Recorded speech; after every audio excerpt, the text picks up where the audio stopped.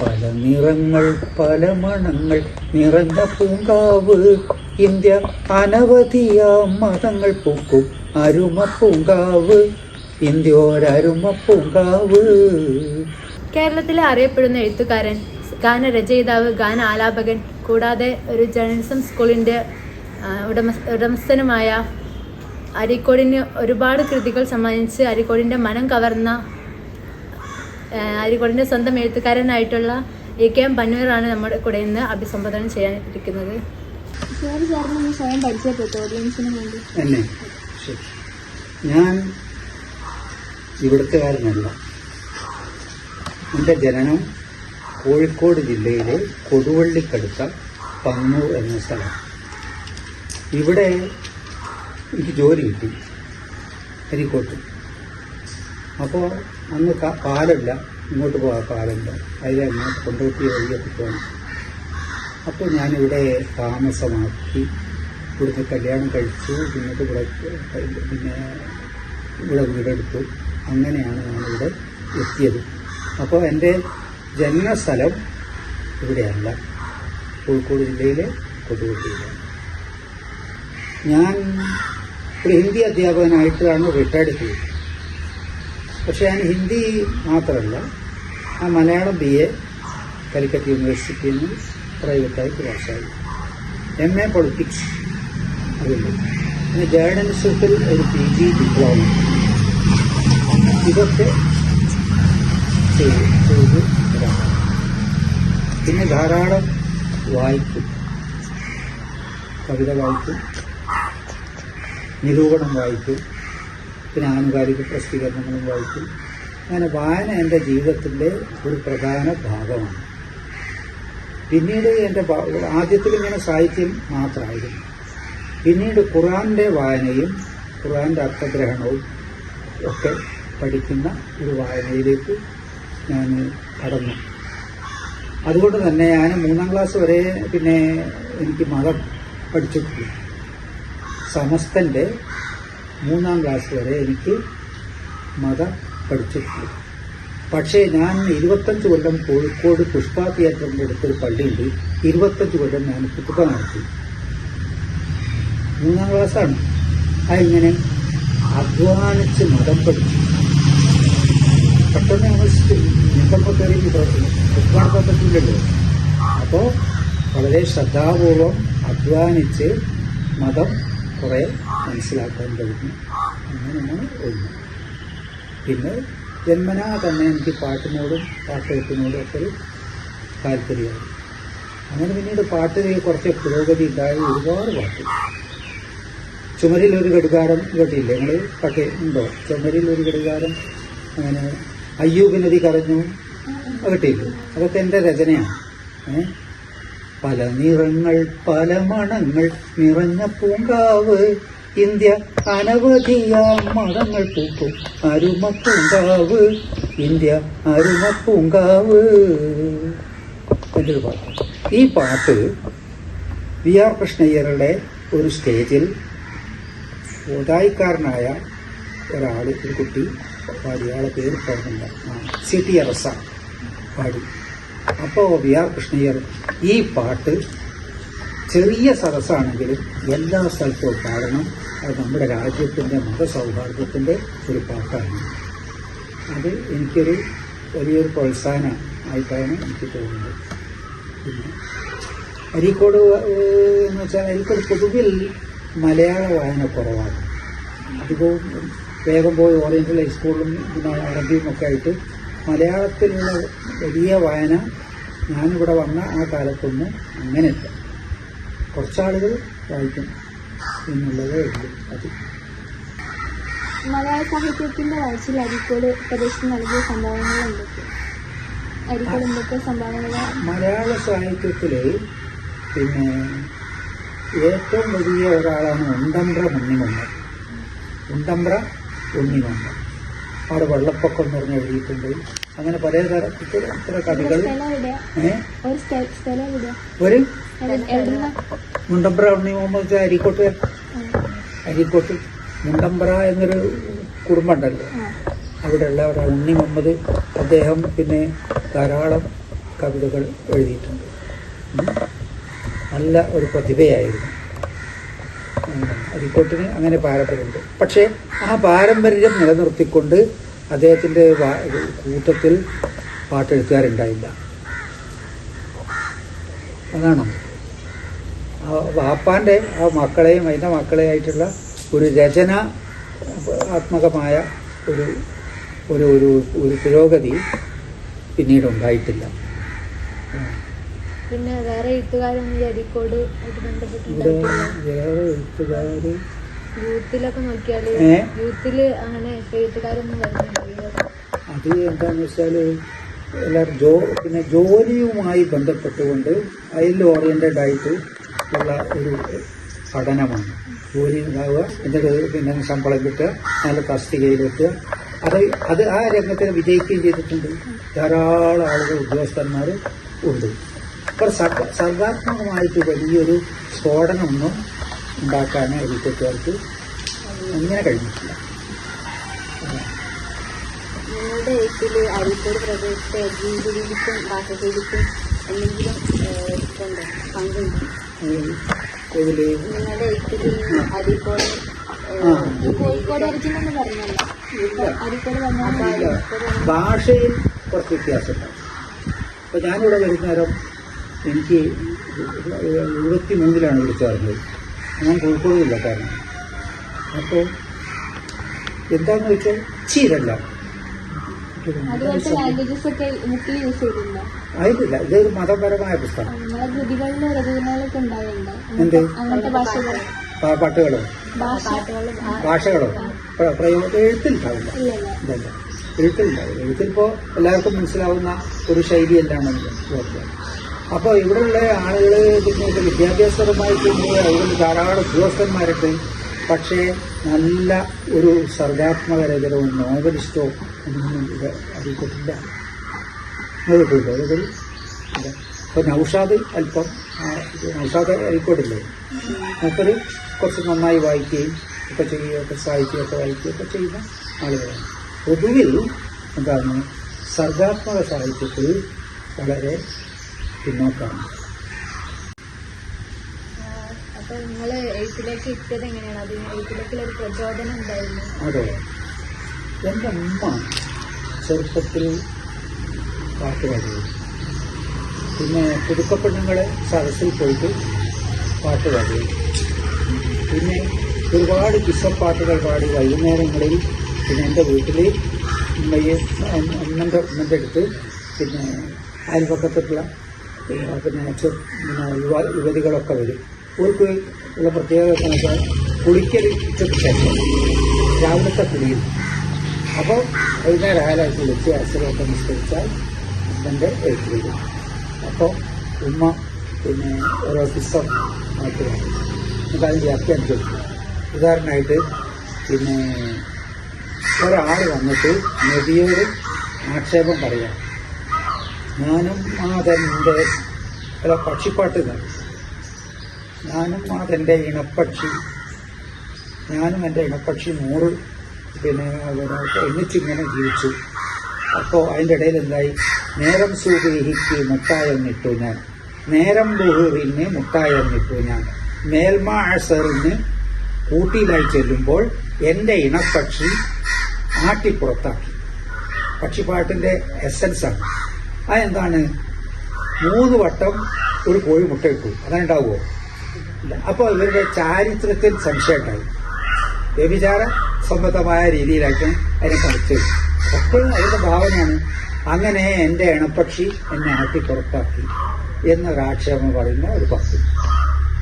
അതൊക്കെ പാടിയിട്ട് വൈകുന്നേരത്തെ പിന്നെ വൈകുന്നേരങ്ങളെ അവർ മധുരിപ്പിക്കുകയായിരുന്നു.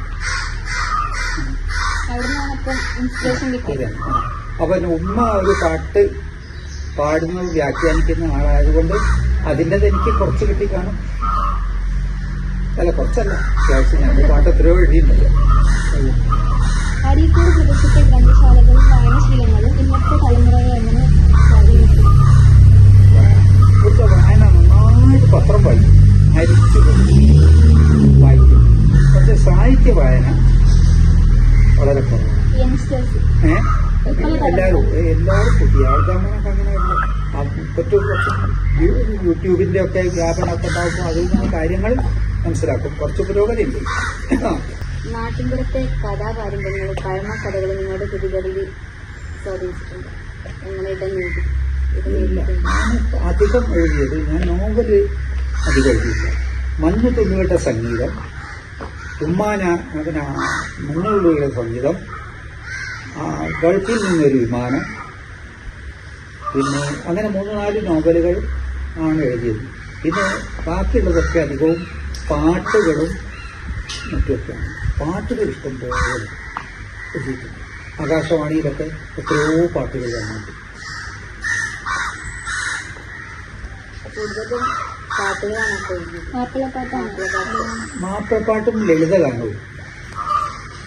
മാപ്പിളപ്പാട്ടിനേക്കാൾ അധികം ഇപ്പോൾ അന്ത്യപ്രവാചകൻ യാത്ര പറഞ്ഞപ്പോൾ അങ്ങനെ പാട്ടൊക്കെ ഉണ്ട് ഇല്ലല്ലേ? അത് പിന്നെ അങ്ങനെ പൊതുവിൽ ഭക്തിഗാനങ്ങൾ ധാരാളം എഴുതിയിട്ടുണ്ട്. കാരണം ആകാശവാണിക്ക് അന്ന് ഭക്തിഗാനം ആവശ്യമുണ്ടായിരുന്നു. 25 മിനിറ്റ് പാട്ടുണ്ടാവും ചൊവ്വ വെള്ളി ദിവസങ്ങളിൽ. അപ്പോൾ അതുകൊണ്ട് ആ സമയത്ത് ഒരുപാട് പാട്ടുകൾ പിന്നെ ഇതിലൂടെ വന്നിട്ടുണ്ട് ആകാശവാണിയിലൂടെ. പിന്നെ അവർ ഒരു ഹിന്ദു, ഒരു ക്രിസ്ത്യൻ, ഒരു അങ്ങനെയായിട്ട് വിഭജിച്ച് ഓരോ പാട്ട് അങ്ങനെ ചുരുങ്ങിപ്പോയി. ആകാശവാണി അങ്ങനെ ചുരുക്കിയതാണ് അത്. അപ്പോൾ ഇപ്പോഴത്തെ ഒരു കാലത്ത് എന്ന് പറഞ്ഞാൽ ഈ DJ സോങ്സും അങ്ങനെ റാപ്പൊക്കെ മുന്നോട്ട് നിൽക്കുന്ന കാലമാണല്ലോ. മാപ്പിളപ്പാട്ടൊന്നും കേൾക്കാൻ ആൾക്കാർ കുറഞ്ഞതായിട്ട് നമുക്ക് തോന്നിയോ? ആദ്യത്തെ കാലത്ത് കുറച്ച് മുമ്പുള്ള ജനറേഷൻ നോക്കുമ്പോൾ ഇപ്പോൾ യങ്സ്റ്റേഴ്സ് ഒക്കെ എന്ന് പറഞ്ഞാൽ നല്ല DJ സോങ്, അതുപോലെ നല്ല മ്യൂസിക്കൊക്കെ എല്ലാ സോങ്ങിലാണ്. മാപ്പിളപ്പാട്ടൊക്കെ കേൾക്കൽ വളരെ കുറവാണ്. അതിനെക്കുറിച്ച് നല്ലൊരു അഭിപ്രായം എന്താണ്? പാട്ട് എല്ലാവർക്കും ഇഷ്ടമല്ല പാട്ട്. മാപ്പിളപ്പാട്ടിന് ഇപ്പൊ ശ്രോതാക്കൾ കുറഞ്ഞതായിട്ട് തോന്നുന്നു. മാപ്പിളപ്പാട്ട് തനി മാപ്പിളപ്പാട്ട് ഇപ്പൊ കുറച്ചേ വരുന്നുള്ളൂ. അതാണ് കാരണം. അതന്നെ അത് മാപ്പിളപ്പാട്ട് ആദ്യമുള്ള മാപ്പിളപ്പാട്ടിൽ തന്നെ മ്യൂസിക് എഴുതിട്ടാണ്. അത് തന്നെ മാപ്പിളപ്പാട്ട് തനി മാപ്പിളപ്പാട്ടായിട്ട് ഇപ്പോൾ അങ്ങനെ എഴുതുന്നവർ വളരെ കുറവാണ്. ആദ്യത്തൊക്കെ ഉണ്ടമ്മണം മണ്ണിമമ്പർ എന്ന് വെച്ചാൽ പേര് കേട്ട കവിയായിരുന്നു. പക്ഷെ അയാളുടെ കുടുംബത്തിൽ, അയാളെന്ന് വെച്ചാൽ എൻ്റെ തന്നെ കൂടി കുടുംബമാണ്. ഞാനവിടുത്തെ ഒരു പുതിയാപ്പിളയാണ്. പൂക്കോടൻ ഭാഷയിൽ ഇവിടുന്ന് കല്യാണം കഴിച്ചാൽ അവിടുത്തെ പുതിയാപ്പിളയെന്ന് പറയില്ല. അങ്ങനെ ഇവിടെ വന്ന് ഒരു മരുമകനായി അങ്ങനെ ജീവിച്ചു. അങ്ങനെ പാട്ടിനെ ആസ്വദിക്കാൻ എല്ലാവരും ഇഷ്ടം, നന്നായി ആസ്വദിക്കും. പക്ഷേ എഴുത്തിൽ പിന്നെ വളരെ വ്യക്തമാണ് ഇതിൽ പാട്ടെഴുത്തിലുണ്ട്. അതെന്താണെന്ന് വെച്ചാൽ പാട്ട് എല്ലാവർക്കും കഴിയില്ല. അതൊരു സർഗാത്മക സാഹിത്യമല്ല. അത് തന്നെ ഒരു ഗിഫ്റ്റാണ്, ദൈവം തരുന്ന ഒരു ഗിഫ്റ്റാണ്. പിന്നെ അരിക്കോട് സാഹിത്യരംഗം ഭാവിയിൽ എങ്ങനെയായിരിക്കുന്നില്ല എന്നൊരു കാഴ്ചപ്പാടുണ്ടായിരുന്നു. ഇപ്പോൾ സാഹിത്യ വായന തന്നെ കുറയാണ്. ഇവിടെ മാത്രമല്ല, മൊത്തത്തിൽ യൂട്യൂബിൽ അങ്ങോട്ടും ഇങ്ങോട്ടും കൊണ്ട് കളിച്ച് അതിൻ്റെ കമൻറ്റ് വായിച്ച് അങ്ങനെ ആവുന്ന ഒരു പ്രകൃതമാണ് ഉള്ളത്. അപ്പോൾ പുസ്തക വായന വളരെ കുറഞ്ഞു. പുസ്തകശാലകളിൽ വളരെ സ്ലോ മൂവിങ്ങാണ്. പണ്ട് ധാരാളം അങ്ങനെ വാങ്ങി വായിക്കുമായിരുന്നു. എന്നിട്ട് ഇരുന്ന് വായിച്ചിട്ടും അങ്ങനെ സർക്കുലേറ്റ് ചെയ്തിട്ടൊക്കെ വായിക്കുമായിരുന്നു. അങ്ങനെ വായന കുറഞ്ഞിട്ടുണ്ട് എന്നുള്ളത് ഇതാണ്. സാഹിത്യ വായന കുറഞ്ഞിട്ടുണ്ട്. പത്രവായന നന്നായിട്ട് എന്താണ് പിന്നെ പക്ഷെ ഇപ്പൊ ഈ കുറെ നോവൽസ്, അതായത് നോവൽസ് എന്ന് പറഞ്ഞാൽ ഷെയർ ചാറ്റ്, അതുപോലെ പ്രതിലിപി, കുക്ക് ഒന്ന് അങ്ങനത്തെ ഫിക്ഷണൽ നോവൽസ് ഒക്കെ അല്ലേ കുറെ ആപ്പും ഒക്കെ അവൈലബിൾ ആണ്. അങ്ങനത്തെ ആൾക്കാർ വായിക്കുന്നവരുണ്ട് അങ്ങനത്തെ ഇതിലൊക്കെ. അപ്പോൾ അത് അതിൻ്റെയൊക്കെ അതൊക്കെ ഇപ്പൊ ഇപ്പനാൾ തുടങ്ങിയൊരു ഇതാണല്ലോ ഓൺലൈൻ റീഡിങ്. അതിൻ്റെയൊക്കെ ഇത് എങ്ങനെയാണ് എന്താ പറയുക നമ്മളെ ഇതിനെ ചേഞ്ച് ചെയ്തതെന്ന് പറയുന്നത്? ബുക്ക് ആരും വാങ്ങുന്നില്ല എന്ന് പറഞ്ഞ അതായത് വായനയോട് മൊത്തം എന്താ പറയുക, പുസ്തക വായനയോട് മൊത്തം ഒരു വിരക്തിയാണ്. അത് ഇവിടെ എന്നല്ല, കേരളത്തിൽ മൊത്തം ഉള്ള ഒരു പ്രതിഭാസമാണ് അതില്ലാത്തത്. അതൊരു കാലത്തിൻ്റെ മാറ്റമാണ്. അപ്പോൾ വേഗം എന്താണ് കാപ്സ്യൂളായിട്ട് കിട്ടണം. എല്ലാ അറിവും കാപ്സ്യൂളായി കിട്ടുക. അത് വിശാലമായി നോക്കുന്നില്ല. കൂടുതൽ ഓഡിയോ ബുക്സ് ഒക്കെയാണ് അവൈലബിൾ. അതൊക്കെയാണ് എല്ലാവർക്കും വേണ്ടത്. വായിക്കാനാവില്ല. അത് തന്നെ അതിൽ എസൻസ് മാത്രം. അതെ. ഞാൻ കൂടുതൽ സമയം ഇതിനു വേണ്ടി മെനപ്പെടാൻ കഴിയില്ല. അതാണ് എന്റെ അനാലിസിസ്. അതാണ് ഈ അരീക്കോടിന്റെ സാഹിത്യരംഗം ഭാവിയിൽ ഏത് ദിശയിലാണ് പോകുന്നത്? അതൊക്കെ പ്രവചിക്കാൻ ഞാൻ കഴിയില്ല. ഒന്നാമത്തത് ട്രെൻഡ് മാറും. അപ്പൊ ഇന്ന് പുസ്തകമാണ് ഇല്ലാതെ കുറച്ച് കഴിഞ്ഞാൽ അത് മാറിയേക്കാം. ഒരേ രീതിയിൽ തന്നെ പോകില്ല. എങ്കിലും വലിയ പുസ്തകത്തിന്റെ പിന്നാലെ പോകുന്ന ഒരു യുഗം ഉണ്ടാവില്ല. അതൊക്കെ അയാൾ ചുരുങ്ങാണ്. ഇപ്പൊ കാപ്പിസൂഡിലേക്ക് വരികയാണ്. പിന്നെ ഈ അരീക്കോട് ഗ്രാമത്തിന്റെ സാഹിത്യപരമായ ചരിത്രം കോഴിക്കോട് ജില്ലക്കാരനായതുകൊണ്ട് എല്ലാവരും അല്ല, അറിയുന്നുണ്ടായിരുന്നു. എനിക്കറിയാം. ഞാനിവിടെ 73 വന്നല്ലേ. 73. അപ്പോൾ എത്രയായി കൊല്ലം? 2025 1973 ഇവിടെ ഓറിയന്റലിൽ ചെയ്തു. നിങ്ങൾ ഓറിയന്റലിൽ പഠിച്ചിരുന്നു? ഓക്കെ, ഓറിയന്റലിൽ പഠിച്ചിട്ടുണ്ട്. ഞാൻ അങ്ങനെയാണ്. പിന്നെ സാഹിത്യത്തിൽ ഉള്ള പുസ്തക വായന എല്ലാ പുസ്തകശാലക്കാരും എല്ലാവരും പറയുന്നതാണ്. വായന മരിക്കുന്നു എന്ന്. എന്നാലും പക്ഷേ മറ്റോ ഒന്നും കൂട്ടിയില്ലല്ലോ. ടൂറിംഗ് പുസ്തകമാണ്. ഇതിൻ്റെ ഒരു പുസ്തകമാണ്. അത് ടൂറിംഗ് എന്ന് വെച്ചാൽ സൈക്കിളിൽ ചവിട്ടി ഇത് നടന്നു വിൽക്കലായിരുന്നു ടൂറിംഗ്. അങ്ങനെ അയാൾ അങ്ങനെ അധ്വാനിച്ച് ഇങ്ങനെ ഓരോ വീടുകൾ എടുത്തെടുത്ത് പിന്നീടില്ല. ഏറ്റവും വലിയ പക്ഷെ അവിടെ മുതലക്കുളം മൈതാനത്തിൽ അവിടെ പോയി നോക്കി. ഈ അപ്കമിങ് റൈറ്റേഴ്സ് ഉണ്ടല്ലോ, ഈ തലമുറയിൽ വരുന്ന എഴുത്തുകാരൊക്കെ അവർക്ക് കൊടുക്കാനുള്ള ഒരു മെസ്സേജ് ഉണ്ടോ? അതെന്ന് വെച്ചാൽ സമൂഹത്തിനോട് എന്തെങ്കിലും ഇത് പറയാനുണ്ടാവും. വെറുതെ പറയാൻ എന്തെങ്കിലും ഒന്ന് ഒരാൾ പറയാനുണ്ട്. എഴുത്തിന് വേണ്ടി ഒരു എഴുത്താവാറുണ്ട്. അവർക്ക് എന്തെങ്കിലും ഈ എഴുത്തൂടെ കിട്ടണം. നിങ്ങളിപ്പോൾ എൻ്റെ എഴുത്തും വന്നു വെറുതെ ഇങ്ങനെ അധികം പറഞ്ഞത് എന്തെങ്കിലും ഒരു സംഗതി അയാളുടെ വീക്ഷണം എന്താണ്, അയാൾക്ക് എന്താണ് നമ്മൾ വിദേശിക്കുകയാണ്, അങ്ങനെ എന്തെങ്കിലും ഒന്ന് കിട്ടണം. അപ്പം എനിക്ക് നിങ്ങളോട് പറയാൻ പറയുന്നത് പിന്നെന്താണ്, പിന്നെ ഒന്ന് നമ്മൾ ഖുർആൻ തന്നെ നല്ല സാഹിത്യമാണ്. അതാരും പലരും ശ്രദ്ധിക്കും. നിങ്ങളെ അറബിക്കോടെ ശ്രദ്ധിക്കും. ഖുർആൻ പറയാണ്, ആരാണോ പരലോകത്തെ കൃഷി നടത്തുന്നത് അവർക്ക് ധാരാളമായി അള്ളാഹു കൊടുക്കും. ആരാണോ ഇഹലോകത്തെ കൃഷി മാത്രം ഓർക്കും കൊടുക്കും, പക്ഷെ പരലോകത്ത് ഒന്നും ഉണ്ടാവില്ല. ഖുർആൻ സാഹിത്യമല്ലേ. മൻ കാന യുരീദു ഹർസൽ ആഖിറത്തി, ആരാണോ പരലോകത്തെ കൃഷി ഉദ്ദേശിക്കുന്നത് അവർക്ക് ധാരാളമായി കൊടുക്കും. ആരാണോ ഇഹലോകത്ത് മാത്രം കൊടുക്കുന്നത് ഒരു മാത്രം, പരലോകത്തേക്ക് യാതൊരു വിഹിതവും അവർക്ക് ഉണ്ടാവില്ല. ഒരൊറ്റ സെന്റൻസ് കൊണ്ട് ഒരു വലിയ വിശാല ആദർശ പ്രപഞ്ചത്തെ ഓർക്കുകയാണ്. അത് അള്ളാന്റെ വചനമായതുകൊണ്ടുള്ള കഴിവാണ്. വേറെ ഒന്നും കൊണ്ട് കഴിയില്ല. നിങ്ങൾ ഒരു മീഡിയ സ്കൂളൊക്കെ തുടങ്ങി പറഞ്ഞു, പിന്നെ ജേർണലിസം. അതിന്റെ പേര് തുടക്കം എങ്ങനെയാണ് നിങ്ങൾ? അത് എനിക്ക് തന്നെ ഒരു മനസ്സിൽ തോന്നില്ല. എനിക്ക് ഞാൻ ജേർണലിസം ഒരു കോഴ്സ് പാസ്സായി. അപ്പോൾ ഒരു ആവേശം ഉണ്ടാവുമല്ലോ, നമുക്ക് പഠിച്ചൊക്കെ ആരെങ്കിലും കുറച്ച് ആളെ കിട്ടാനും ഇത് പഠിപ്പിക്കാമല്ലോ. അങ്ങനെ ജേർണലിസം ഒരു കോഴ്സ് തുടങ്ങി, ഒരു കൊല്ലം. അങ്ങനെ ആകാശവാണിയിൽ നിന്നൊക്കെ പിന്നെ എഴുത്തുകാരെ കൊണ്ടുവന്ന് ക്ലാസ് കൊടുക്കും. നല്ല ഫീസ് ഞങ്ങൾക്ക് 500 രൂപ എടുക്കും ഒരു അന്ന് ക്ലാസ് എടുക്കുന്നതിന്. അങ്ങനെ ഒരു കോഴ്സ് പൂർത്തിയാക്കി. പിന്നെ അത് മുന്നോട്ട് പോകാൻ കഴിയില്ല. സാമ്പത്തിക ഞാനൊരു വ്യക്തിയല്ലേ തുടങ്ങുന്നത്, അല്ലെങ്കിൽ പ്രസ്ഥാനം ഇതിനൊന്നിച്ച് തുടങ്ങി. ഇതല്ല, ആ ഒരു കൊല്ലം കൊണ്ട് ഒരു പരീക്ഷണം എന്നുള്ളതിലേക്ക് തുടങ്ങി. അത് ഞാൻ കോഴ്സ് പാസ്സായപ്പോൾ നമ്മൾക്കൊരു ആവേശം ഉണ്ടാവില്ല. അങ്ങനെ തുടങ്ങി, അത് പൂർത്തിയാക്കി.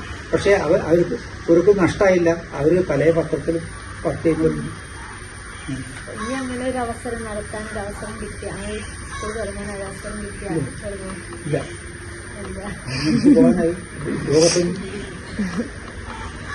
നിങ്ങളെ എഴുത്തുകളിൽ ആരെങ്കിലും അത് എനിക്കെന്റെ ജീവിതത്തിൽ സ്വാധീനിച്ചെന്ന് പറഞ്ഞ ആരെങ്കിലും എഴുതാൻ തുടങ്ങി അങ്ങനെ അനുഭവങ്ങൾ ഓ ഒന്ന് ഞാൻ വിചിന്തനം എന്ന് പറഞ്ഞിട്ടൊരു പുസ്തകം എഴുതി. വിചിന്തനം ആ പുസ്തകത്തിനെ ഉണ്ട്. ആ വിചിന്തനം പിന്നെ ഞാൻ എന്നും കാരശ്ശേരിക്ക് അയച്ചു കൊടുത്തു. കുറേ കൊണ്ടുവന്നുണ്ടോ. എന്നിട്ട് വളരെ അഭിനന്ദിച്ചുള്ള ഒരു കത്ത് ഞാനൊക്കെ 4 ദിവസം മുമ്പ് ഇവിടുന്ന് പഴയൊരു വായിച്ചപ്പോൾ എനിക്കുള്ള കത്തിനുണ്ട്. നിങ്ങൾ അയച്ചു വന്ന വിചിന്തനം എന്ന പുസ്തകം വായിച്ചു. വളരെ നല്ലൊരു ഇതാണ് എന്നൊക്കെ പറഞ്ഞിട്ട് പുകഴ്ത്തിക്കൊണ്ട് അങ്ങനെ കാരശ്ശേരി എനിക്ക് കത്ത് എഴുതി പഴയ കത്ത് ഞാൻ കിട്ടി. ഞാൻ നാളെ കിട്ടി. അങ്ങനെ പിന്നെ നിങ്ങളെ എഴുത്തുകളെ സ്വാധീനിച്ചിട്ടുണ്ടോ എന്തെങ്കിലും ഇൻസിഡൻസ് കൊറോണ വന്നപ്പോ അങ്ങനെ കൊറോണ സമയം പാട്ടാണ് എഴുതി. ഒരു ഫുൾ പാട്ടൊന്ന് പാടിത്തരും ഏതെങ്കിലും നിങ്ങൾ എഴുതിയ എഴുതിയ പാട്ടാണ്. ഏറ്റവും പറഞ്ഞ നേരത്തെ 2 വരിയുണ്ട്. പല നിറങ്ങൾ പല മണങ്ങൾ നിറഞ്ഞ പൂങ്കാവ് ഇന്ത്യ അനവധിയാം മതങ്ങൾ പൂക്കും അരുമ പൂങ്കാവ് ഇന്ത്യോരരുമ പൂങ്കാവ് ഒരു വനത്തിൽ പല കിളികൾ ചിലച്ചിടും പോലെ ജനം ഇവിടെ പല ഭാഷകളും മൊഴിഞ്ഞു വാഴുന്നു ജനം മൊഴിഞ്ഞു വാഴുന്നു അമ്പലങ്ങൾ മനസ്സിലാദ്യം പണിയു ശാന്തി വിളക്കു തൂക്കൂ അമ്പലങ്ങൾ മനസ്സിലാദ്യം പണിയു ശാന്തി വിളക്ക് തൂക്കൂ സ്നേഹത്തിൻ്റെ മുസല്ലയൊന്ന് കൽവിൻ പള്ളിയിൽ നിർത്തി വയ്ക്കൂ കലഹമെന്തിന് കൊല പിടികളെന്തിന് കലഹമെന്തിന് കൊല പിടികളെന്തിന്. ഈ പാട്ടാണ് വി.ആർ. കൃഷ്ണയ്യർ പറഞ്ഞത്. ഇത് എല്ലായിടത്തും ഇത് പാടണം. ഞാൻ പാട്ടുകാരനല്ല, ഒരു വേദിയിലും ഞാൻ പാടില്ല.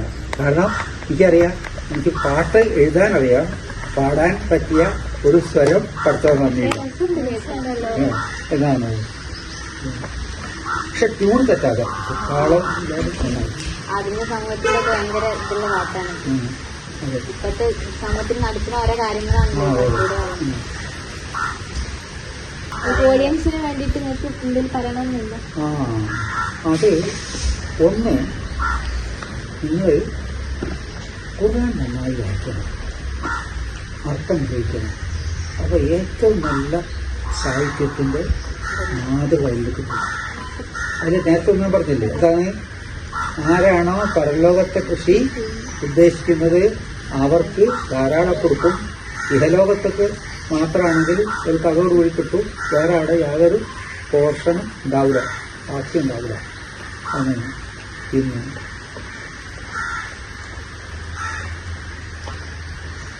അള്ളാഹുവിൻ്റെ വേദഗ്രന്ഥം പാരായണം ചെയ്യുന്നവരും കൃത്യമായി നിസ്കരിക്കുകയും ചെയ്യുന്നവർ അർജുന തിജാറത്തന്നും തപ്പോ ഒരിക്കലും നഷ്ടം പറ്റാത്ത കച്ചവടമാണ് അവർ ഉദ്ദേശിക്കുന്നത്.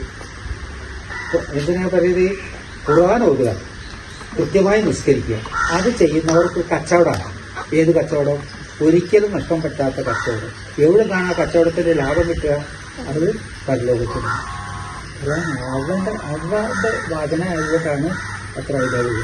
അങ്ങനെ ഖുർആന് ധാരാളം സാഹിത്യം. ഇൻ തുക്രുവാഹ ഖർദൻ ഹസനൻ, ആരാണ് പടച്ചോന് കടം കൊടുക്കുക? എന്നാൽ അള്ളാഹു തിരിച്ച് കുറെ കൊടുക്കും. അള്ളാഹ്ക്ക് കടം കൊടുക്കുക എന്ന് പറയുമ്പോൾ നല്ല ദരിദ്രനാണെന്ന് വിമർശകർ കളിയാക്കി. മുഹമ്മദിന്റെ അള്ളാഹ് പാവ ദരിദ്രനാണ് എന്ന് വിമർശകർ ഉണ്ടാക്കി. അപ്പോൾ അതിന്റെ സാഹിത്യ പ്രയോഗമല്ലേ. അള്ളാഹ്ക്ക് ഉത്തമമായ കടം കൊടുക്കുക എന്ന് വെച്ചാൽ എന്ത് ചെയ്യുക? പൊങ്ങിയാലൊന്നും അൽഹംദുലില്ലാ, അത് അള്ളാഹ് കൊടുക്കുന്ന കടം. ഒരാളവിടെ വീണു, എഴുന്നേൽപ്പിച്ചു, അപ്പോൾ എണീക്കാൻ വയ്യ, എന്നാൽ പിന്നെ ഒരു ഓട്ടോറിക്ഷയിൽ വിളിച്ച് വേഗം ആശുപത്രിയിൽ എത്തിക്കണം എന്ന് തോന്നി. അങ്ങനെ ഒഴിഞ്ഞാൽ അതൊക്കെ അള്ളാഹ്ക്ക് കൊടുക്കുന്ന കടമാണ്. എന്നിട്ട് അവിടെ പോയിട്ട് പിന്നെ അഡ്രസ്സ് വാങ്ങിയിട്ട് ഇന്ന ആൾ ഇന്ന ആശുപത്രിയിൽ ഇങ്ങനെ ചെയ്തിട്ടുണ്ട് എന്നൊരു ഫോൺ ചെയ്താൽ എന്തായി പുതിയിട്ട് അങ്ങനെ ചെയ്യാനുള്ളൊരു മനസ്സ് എപ്പോഴും നമുക്കുണ്ടാവണം. പിന്നെ ദാനം ചെയ്യുന്നവർക്ക് ഹിന്ദു മുസ്ലിം ക്രിസ്ത്യാനി എന്ന വ്യത്യാസം ഉണ്ടാവുള്ളൂ.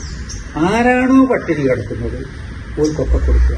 അയൽവാസി പട്ടിണി കിടക്കുമ്പോൾ വയറ് നിറച്ച് ഉണ്ണുന്നവൻ എൻ്റെ മതത്തിൽപ്പെട്ടവനല്ല എന്ന് റസൂൽ പറഞ്ഞിരുന്നു. അത്ര പറഞ്ഞിട്ടുണ്ട്. അയൽവാസി ചിലപ്പോൾ RSSകാരനായിരിക്കും, ചിലപ്പോൾ ക്രിസ്ത്യാനിയായിരിക്കും, പലതും ആവാം. അതായിക്കോട്ടെ, പട്ടിണി കിടക്കുന്നോ ഓൾക്ക് കൊടുക്കാൻ. അങ്ങനെയുള്ള വിശാല കാഴ്ചപ്പാടാണ് ഖുർആൻ മുമ്പിൽ വെക്കുന്നത്. സാഹിത്യമാണ്.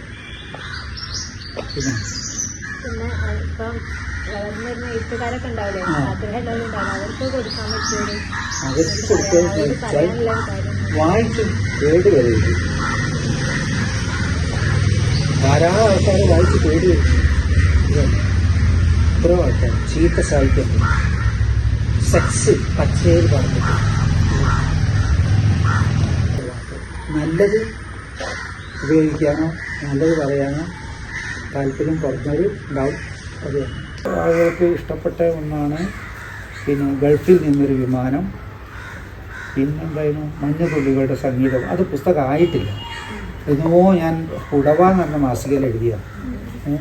അതിപ്പോൾ ഏകദേശം ഒരു 2 മാസത്തിൻ്റെ ഉള്ളിൽ പിന്നെ അത് പുറത്തിറങ്ങും. നിങ്ങളുടെ വിലയേറിയ ഈ അറിവ് ഞങ്ങൾക്ക് പകർന്നു നൽകിയതിന് ഞങ്ങളുടെ ഹൃദയത്തിന്റെ ഭാഷയിൽ നന്ദി അറിയിക്കാം.